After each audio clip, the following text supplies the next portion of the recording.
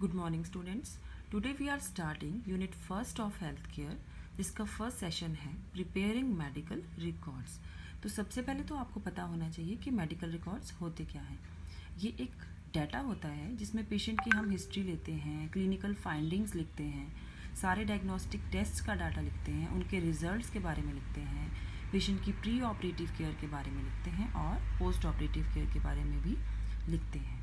अगर इसे सही तरह से लिखा जाए तो ये नोट्स डॉक्टर को बहुत हेल्प करते हैं सही ट्रीटमेंट देने में। देन इसमें हम सबसे पहले पढ़ेंगे डॉक्यूमेंटेशन और रिपोर्टिंग के बारे में। So first is the documentation. Documentation क्या होता है? It is a permanent record and legal record of clients information. तो सबसे पहले तो आपको पता होना चाहिए कि ये क्लाइंट क्या होता है। क्लाइंट हम पेशेंट को ही कहते हैं। अब इस डॉक्यूमेंटेशन जो होता है, हम इसमें जितना भी डाटा लिखते हैं ये सारा एक परमानेंट रिकॉर्ड बन जाता है जिसे हम अपने पास हॉस्पिटल में रख सकते हैं और ये लीगल रिकॉर्ड होता है। इट मीन्स कि फ्यूचर में हम इसे लीगली भी यूज़ कर सकते हैं अगर किसी इन्फॉर्मेशन की ज़रूरत पड़ती है। लाइक अगर कोई पेशेंट आता है जो क्रिमिनल है, ठीक है, या फिर कोई रेप का केस आता है हमारे पास, तो उसकी जो रिपोर्ट्स होती हैं वो हमें कोर्ट में दिखानी पड़ती है टाइम टू टाइम। तो उस केस में हम ये डॉक्यूमेंटेशन जो हमने की होती है इस डाटा को वहाँ पर लेकर जाते हैं और कोर्ट में इसे दिखाया जाता है। Next one is the reporting. Reporting क्या होती है कि जब ये डॉक्यूमेंटेशन जो हमने किया हुआ है इस डाटा को हम किसी दूसरे के साथ शेयर करते हैं। पेशेंट की केयर का जितना भी डाटा है इसे जब हम किसी और के साथ शेयर करते हैं उसे हम रिपोर्टिंग बोलते हैं। रिपोर्टिंग फेस टू फेस भी हो सकती है, ठीक है, और टेलीफोनिकली भी हो सकती है। लाइक कोई पेशेंट है जिसकी थोड़ी तबीयत ख़राब हो गई है, डॉक्टर वहाँ पे नहीं है, तो नर्स डॉक्टर को कॉल करके बताएगी उसकी सारी कंडीशन और वहाँ से डॉक्टर उसे ट्रीटमेंट बताएगा। Next one is the purposes of clients record chart और पर्पसेस ऑफ डॉक्यूमेंटेशन। पर्पसेस से पहले आपको पता होना चाहिए कि डॉक्यूमेंटेशन कितनी तरह से की जाती है।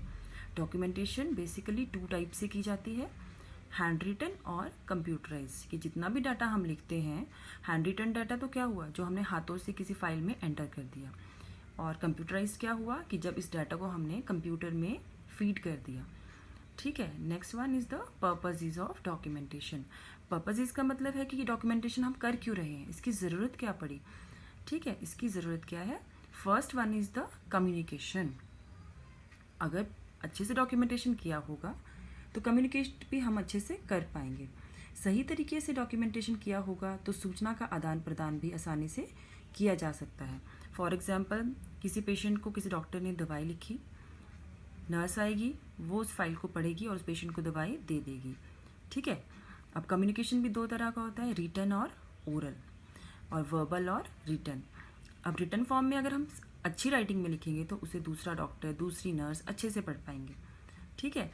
अगर नहीं लिखेंगे तो कम्युनिकेशन अच्छे से नहीं होगा, डॉक्टर ने कोई और दवाई लिखी होगी, नर्स उसे कुछ और पढ़ देगी, ठीक है। Next one is a verbal communication.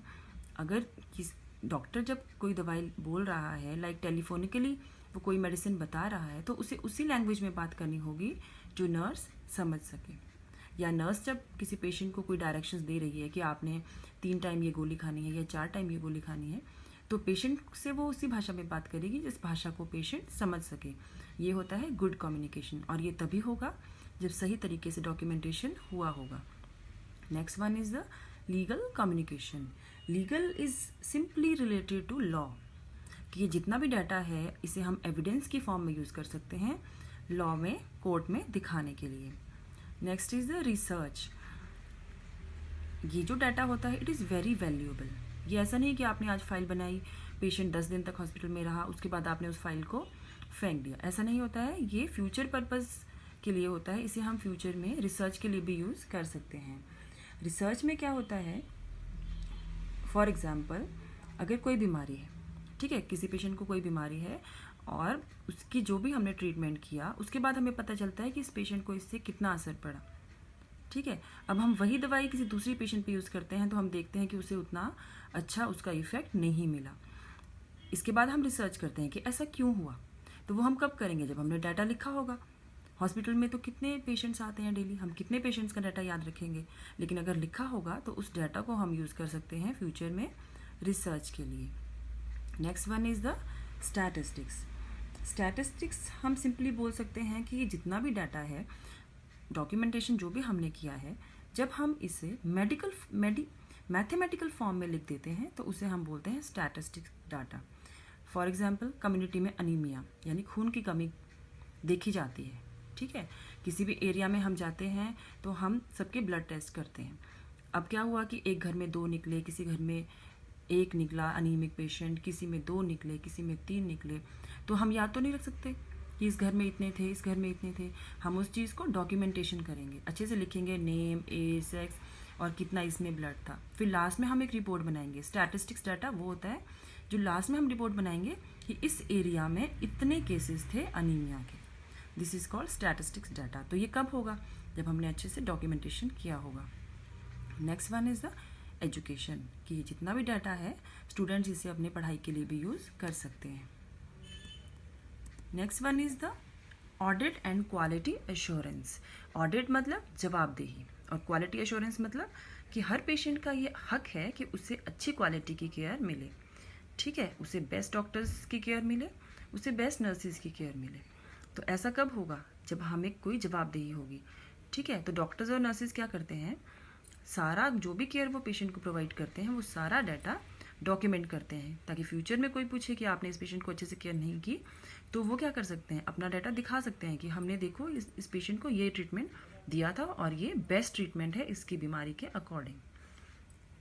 Then next one is the planning client care.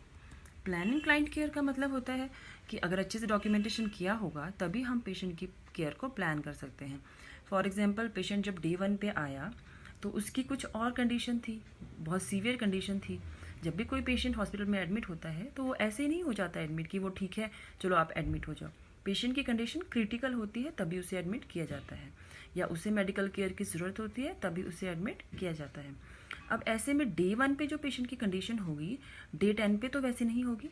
Day 10 पे वो इम्प्रूव कर चुका होगा तो उसका ट्रीटमेंट धीरे धीरे बदलने लगेगा। शुरू में उसे स्ट्रॉन्ग दवाइयाँ दी जाएंगी, धीरे धीरे वो कम की जाएंगी। तो ऐसा कब होगा? जब हमने उसे लिखा होगा कहीं पर। अदरवाइज कैसे याद रहेगा कि फर्स्ट डे उसको क्या दवाई दी थी, कितनी डोज दी थी, अब कितनी करनी है 10th डे पे। तो ये प्लान करने के लिए, पेशेंट की केयर को प्लान करने के लिए भी हेल्थ केयर टीम को सारा डाटा अपने पास एंटर करना पड़ता है। Next one is the reimbursement. Reimbursement आप समझ लीजिए बच्चों कि जो भी हम हॉस्पिटल में डॉक्टर्स पेशेंट को दवाइयाँ लिखते हैं, जो भी ट्रीटमेंट लिखते हैं, कोई भी सर्जरी होती है, उस पर जो भी खर्चा आता है, तो जो मोस्टली जो गवर्नमेंट जॉब में होते हैं लोग, उनको वो पैसा सरकार वापस दे देती है। या जिन लोगों ने अपनी लाइफ इंश्योरेंस कराई होती है, हेल्थ इंश्योरेंस कराई होती है, उन्हें भी वो सारा पैसा वापस मिल जाता है। लेकिन वो कैसे मिलेगा? जब वो कहीं पर लिखा होगा कि इस डॉक्टर ने ये लिखी थी दवाई। ऐसे तो नहीं कि मैं गई कि मैंने तो 100 रुपये की दवाइयाँ ली हैं, मुझे 100 रुपये आप दे दीजिए, ऐसे तो कोई रिम्बर्समेंट नहीं मिलेगी। लेकिन अगर डॉक्टर के साइन होंगे पर प्रॉपरली किसी फॉर्म पे जहाँ पे वो लिखेगा कि ये दवाइयाँ थी, ठीक है, उसके साथ उसका एक बिल लगेगा कितने की वो दवाइयाँ आई और उसके नीचे मेडिकल ऑफिसर के साइन होंगे, तभी उसको वो रीइम्बर्समेंट मिल पाएगी।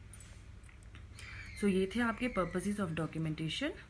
उसके बाद इसके एक्सरसाइज क्वेश्चंस, इसमें 2 मेन क्वेश्चंस ही बनते हैं। फर्स्ट इज डिफाइन डॉक्यूमेंटेशन, वो आपने पढ़ लिया। Documentation is the written legal record of patients data. What are the purposes of documentation? तो आपने 8 मेन पर्पसेस पढ़े। Communication, legal documentation, research, statistics, education, audit and quality assurance, planning client care and reimbursement. Thank you for your attention.